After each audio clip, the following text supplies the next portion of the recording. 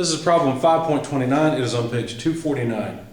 The frame for a sign is fabricated from thin flat steel bar stock of mass per unit length equal to 4.73 kilograms per meter. The frame is supported by a pin at C and by a cable at AB, or by a cable AB. Determine A, the tension of the cable, B, the reactions at C.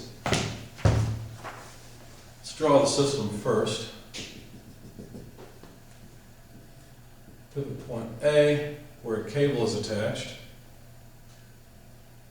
Pivot point C, where the frame is attached.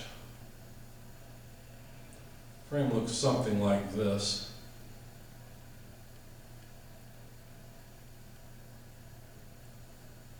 The radius of the frame, R, would be equal to the height of the frame, which is 0.75 meters. The dimension up to A from the top of the frame is 0.8 meters, and the dimension from the line AC, if I can make that go through C as well, over to the center, no, not to the center. Yes, well, to this connection point. So this is point B over here. This dimension, horizontal dimension, is 0.6 meters. If you do the math, you see a right triangle here, and the length of this side is just 1 meter, because 0.8 squared plus 0.6 squared square root is a meter. So the length of the cable is a meter, which will be important later. The frame has spacing between the first two members of 0.2 meters. Let's move that over.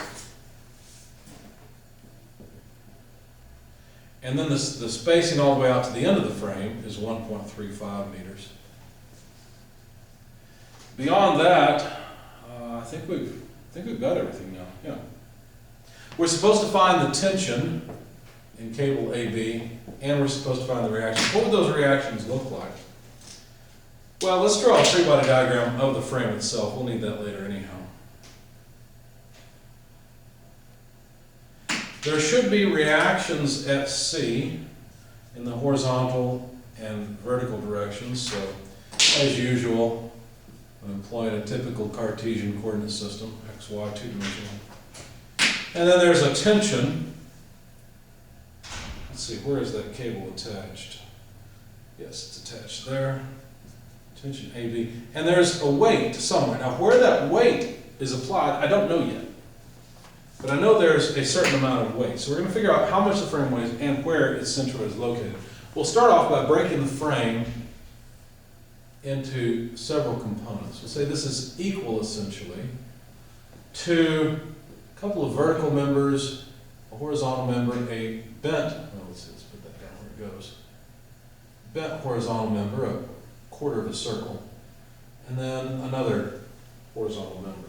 I'll call these members 1, 2, 3, 4, and 5.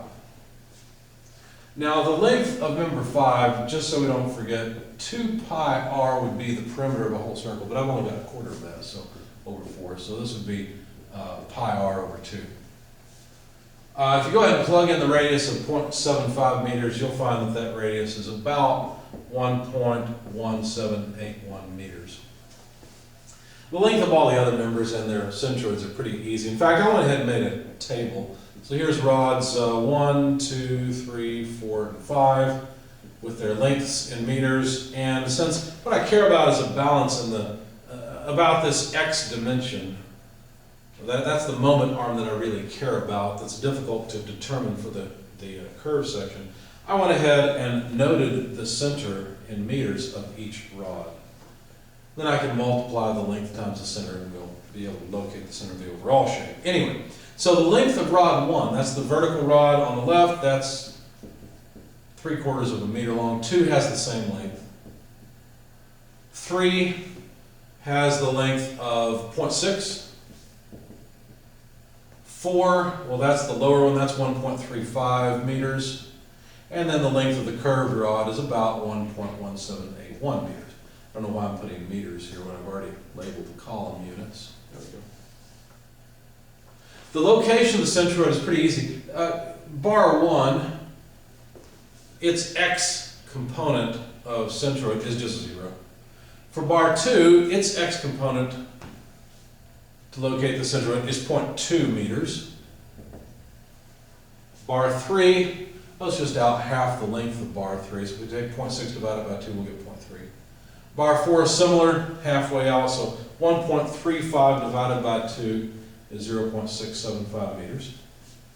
And then we need the location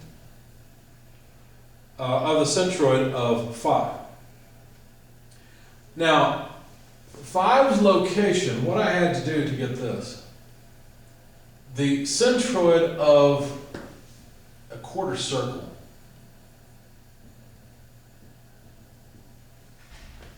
is over at a distance, something like this. It's over at a distance, according to the table in the book, of 2r over pi. Now, I want the location of that centroid relative to x equals 0. So I have to take 0.6, which gets me to the center of the circle, and add to it 2r over pi. So this number, it's 1.0775. That is 0.6 plus 2 times the radius, which is 0.75, divided by pi. About. Of course, I had to round it off because of pi. Then when I took the product, 0 times 0.75, I got 0 first.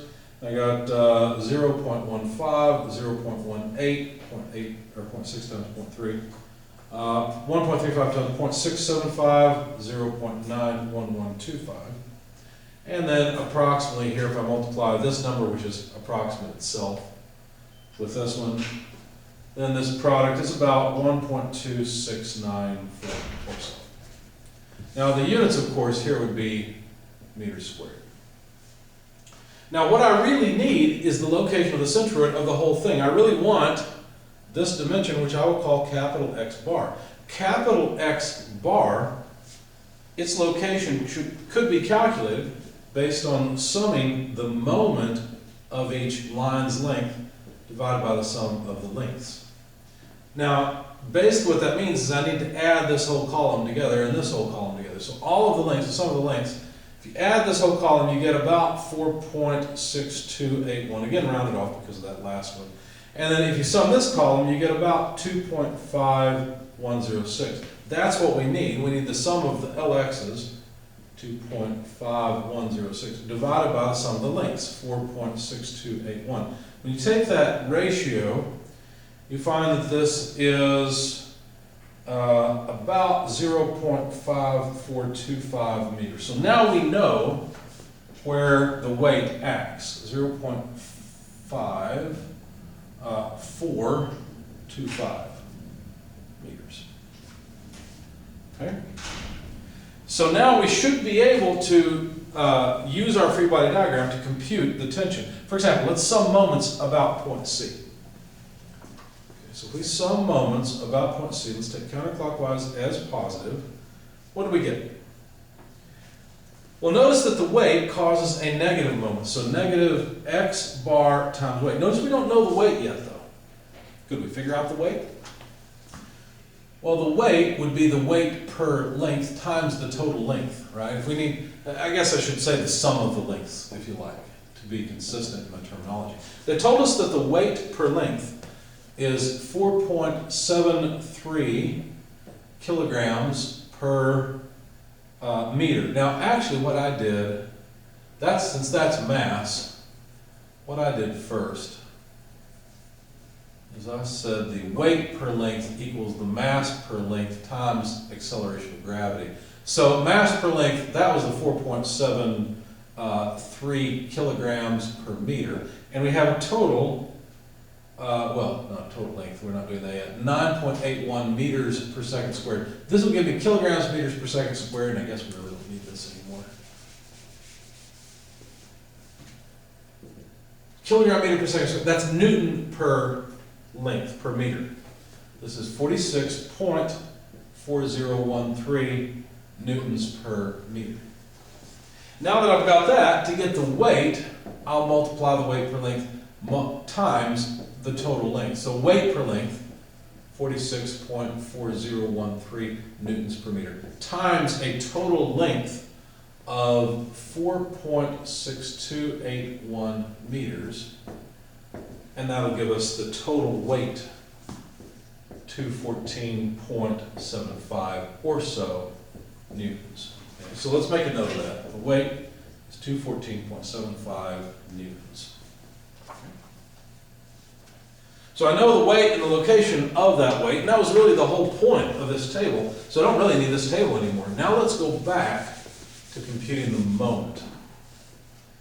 So the weight causes a negative moment. Notice CX, CY don't cause any moment because they pass through the point where I'm summing moments, and I need the moment of TAB. Now TAB will have a horizontal component, I'll call that TABX, and TABY.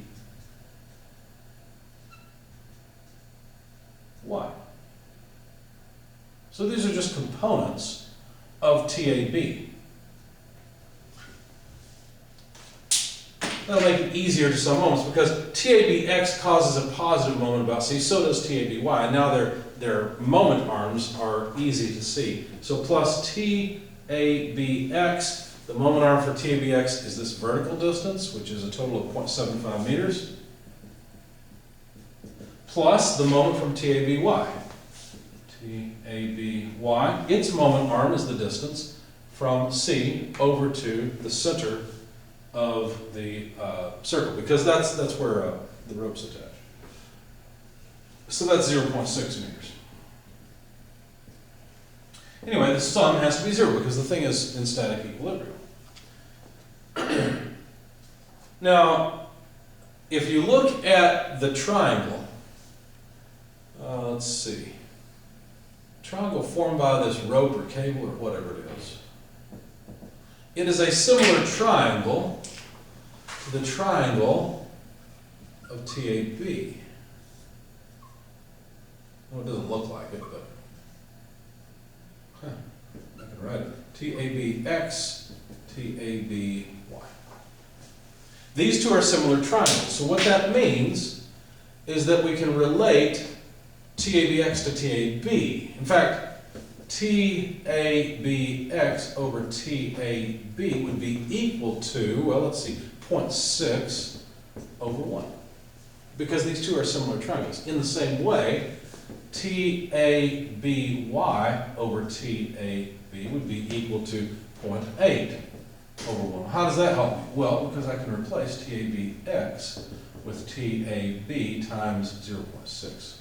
One just rides along understood. Same thing, TABY would be TAB times 0.8. So I can make those substitutions in my equation. TAB, the x component has a 0.6 multiplier. The y component has a TAB 0.8 multiplier. Okay. All right. So we've got TAB times 0.6 times 0.75. I'm going to drop the units for the time being. Plus TAB, so that's this term. TAB times 0.8 times 0.6, that's this term, equals the weight times x bar. Or in other words, go back up here. Solving for TAB, we have W x bar divided by the sum of the multipliers on TAB. Just factoring out TAB.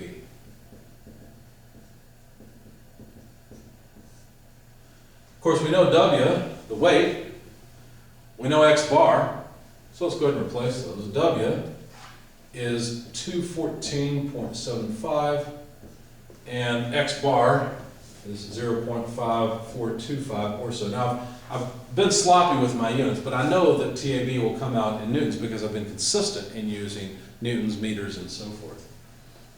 So plug all this into your calculator, you'll find that the tension in that cable is about 125.27 newtons. So that's one of the questions, and there's our answer to that question. The next question is about CX and CY. To calculate those, all we have to do is sum forces. So let's sum forces in the horizontal direction to begin. Notice we got CX and TABX. That's about it. CX is in the positive direction, TABX is in the negative. The sum has to be 0. Therefore, CX is TABX. But we know that TABX is nothing more than TAB times 0.6, so 60% of it, really. When you plug in TAB here, you'll find that CX is about 75.16 newtons.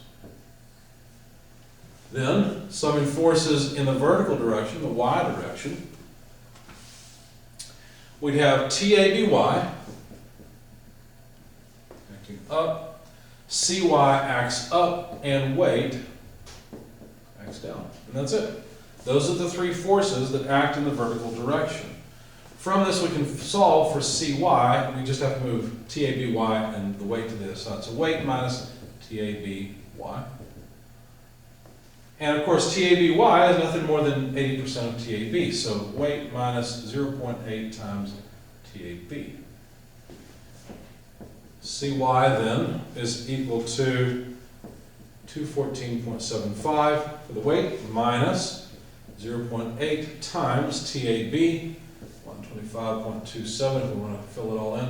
And so CY comes out to about 114.53 newtons. So there's the reaction at C inverse both the vertical and horizontal directions. If we wanted to, we could take the square root of the sum of the squares, get the total force at C. Maybe we had a pin there or something that would allow us to size the pin and see how much load it has to resist. We could also get the direction of the force at C if we really wanted it. But otherwise, we're done.